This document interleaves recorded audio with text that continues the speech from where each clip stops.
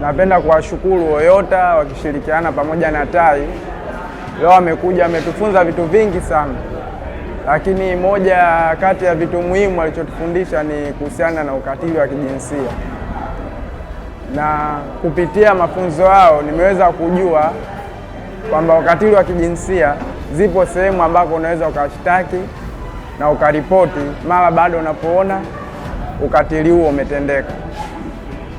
Lakini pia hao Oyota pamoja na TAI nimegundua ni wabunifu, maana wametufundisha kwa njia mbalimbali, kwa njia za kuandika, lakini pia kwa njia za picha mjongeo. Mimi kama Bilali napenda kuambia kwamba vituo hivi vina umuhimu sana katika jamii yetu, maana watu wengi katika jamii hawajui wakaripoti wapi pale wanapoona ukatili wa kijinsia umetendeka. Hawajui sehemu gani ya kuripoti, hawajui ni hatua gani ama hatua zipi inabidi zichukuliwe mara baada ya kuona ukatili wa kijinsia.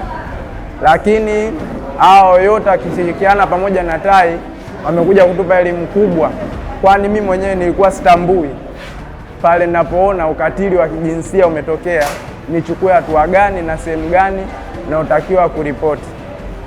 Lakini mara baada ya kuja hawa wametupa elimu kubwa, na mimi nikiwa kwa niaba ya wanafunzi wenzangu, yani ningependa kuwashukuru, na pia mchakato ungeendelea daima, kwani kuna watu wengi sana hata tofauti na hapa kwenye kituo chetu cha IPOSA, mitaani, vituo mbalimbali, hawajui ni namna gani ya kuripoti ukatili wa kijinsia, ni hatua gani inabidi zifuate mara baada ya kuona ukatili wa kijinsia umetendeka.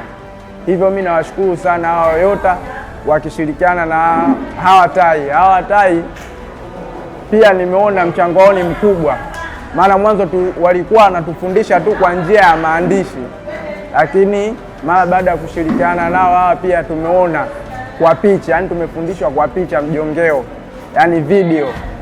Kwa hiyo tumepata elimu ya kusikia, kuandika na kuona. Yani mimi nisingependa niongee sana, ila ninawashukuru sana kutupatia elimu hii. Asanteni sana.